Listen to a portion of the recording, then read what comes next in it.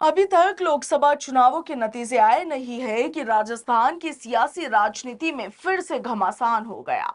राजस्थान में कांग्रेस में फिर हो रही राजनीति परवान पर है। दरअसल पूर्व सीएम अशोक गहलोत ने अमेठी संसदीय क्षेत्र में एक इंटरव्यू के दौरान सचिन पायलट के बयान को बेवकूफी भरा बयान बता दिया था। आपको बता दें कि पायलट ने एक इंटरव्यू में कहा था कि जालौर में वैभव गहलोत के चुनाव प्रचार के लिए उन्हें आमंत्रित ही नहीं किया गया। इसके बाद अशोक गहलोत ने पायलट को ऐसे बयान देने से बचने की सलाह भी दी थी। हालांकि अशोक गहलोत अपने बेटे की जालोर लोकसभा सीट पर प्रचार में व्यस्त थे। हालांकि अगले महीने 4 जून को लोकसभा चुनाव के रिजल्ट घोषित कर दिए जाएंगे। ऐसे में क्या चुनाव परिणाम कांग्रेस की राजनीति पर असर डाल सकते हैं?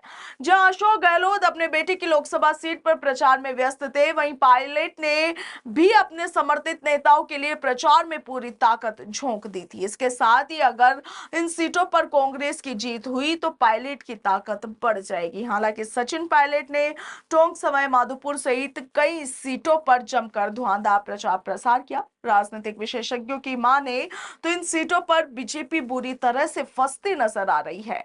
ऐसे में इस बार अगर इन सीटों पर कांग्रेस को जीत हुई तो पायलट की ताकत बढ़ने का अंदाजा लग रहा है।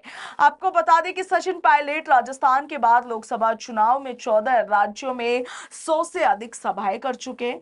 कहा यह भी जा रहा है कि कांग्रेस पार्टी में मल्लिकार्जुन खड़गे, राहुल गांधी और प्रियंका गांधी के बाद सबसे अधिक डिमांड सचिन पायलट की है।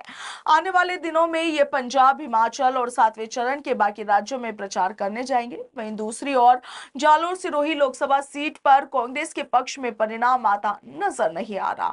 इस सीट पर यदि अशोक गहलोत के बेटे वैभव गहलोत की हार होती है तो एक बड़ा सियासी तूफान आ सकता है। हालांकि इस बात पर सब कुछ निर्भर करेगा कि राजस्थान में कांग्रेस की कितनी सीटें आती है। ऐसे में पायलट समर्थित प्रत्याशियों के संसदीय क्षेत्र में क्या परिणाम रहता है। वही राजनीतिक एक्सपर्ट्स का दावा है कि इस बार बीजेपी की सीटों में कटौती हो सकती है। खुद केंद्रीय गृह मंत्री अमित शाह ने भी इसे स्वीकार कर लिया है। इससे एक कदम आगे रहते हुए कांग्रेस नेता 7 से 10 सीटों का दावा कर रहे हैं। अब देखने वाली बात यह होगी कि राजस्थान में कितनी सीटें बीजेपी के पक्ष में आएगी और कितनी सीटों पर कांग्रेस अपना खाता खोल पाएगी।